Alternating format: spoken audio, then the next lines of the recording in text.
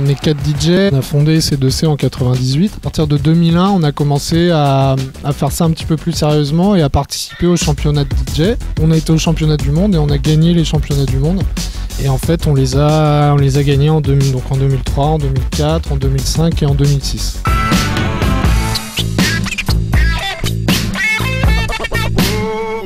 Au sein même du groupe, il y a 2 membres, donc Yapfel et Atom, qui font partie de BitTorrent. Et puis Vincile et moi-même faisons partie d'un groupe qui s'appelle Hocus Pocus. En 2007, donc, on avait gagné les Audi Talent Awards. De 2007 jusqu'à 2010, on n'a pas arrêté de tourner chacun dans ces groupes. Notre instrument, c'est la platine vinyle. On utilise toutes les techniques de scratch pour faire notre musique en live. L'avantage de notre instrument, c'est qu'on peut mixer vraiment plein de cultures, plein d'instruments différents. On va partir sur une batterie qui était plutôt jazzy, et puis tout d'un coup, il va y avoir une guitare électrique ou un xylophone.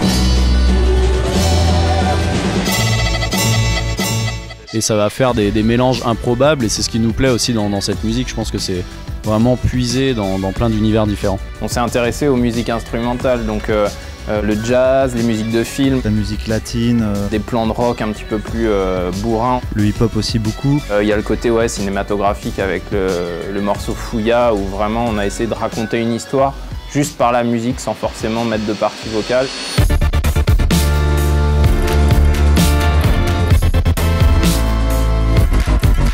C'était l'idée de prendre le côté rythmique et découpé de la musique par le montage. Donc j'avais écrit vraiment un scénario au millimètre, j'avais même préparé une animation à l'avance pour qu'on sache vraiment ce que chacun devrait faire dans chacune des petites cases de la démultiplication.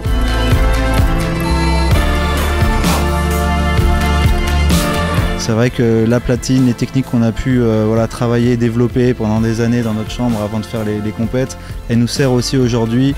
Ça veut dire qu'un son de flûte ou de trompette un peu basique, avec une rythmique vraiment appropriée sur le son, on peut complètement le transformer et sortir un groove vraiment intéressant, quoi.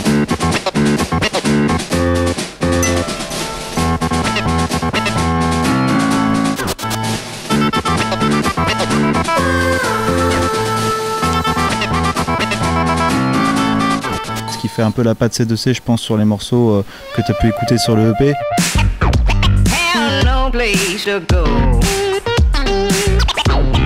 Aujourd'hui, dans notre spectacle, on a voulu un petit peu casser les codes du DJ qui est figé derrière son bloc.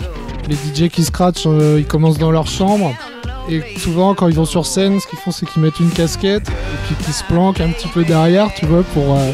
Et nous, on a justement voulu aller à l'encontre de ça et jouer le côté interactif avec le public, quoi. Genre le fait d'incliner un petit peu la platine pour que les gens puissent profiter un petit peu plus de ce qui se passe sous nos mains.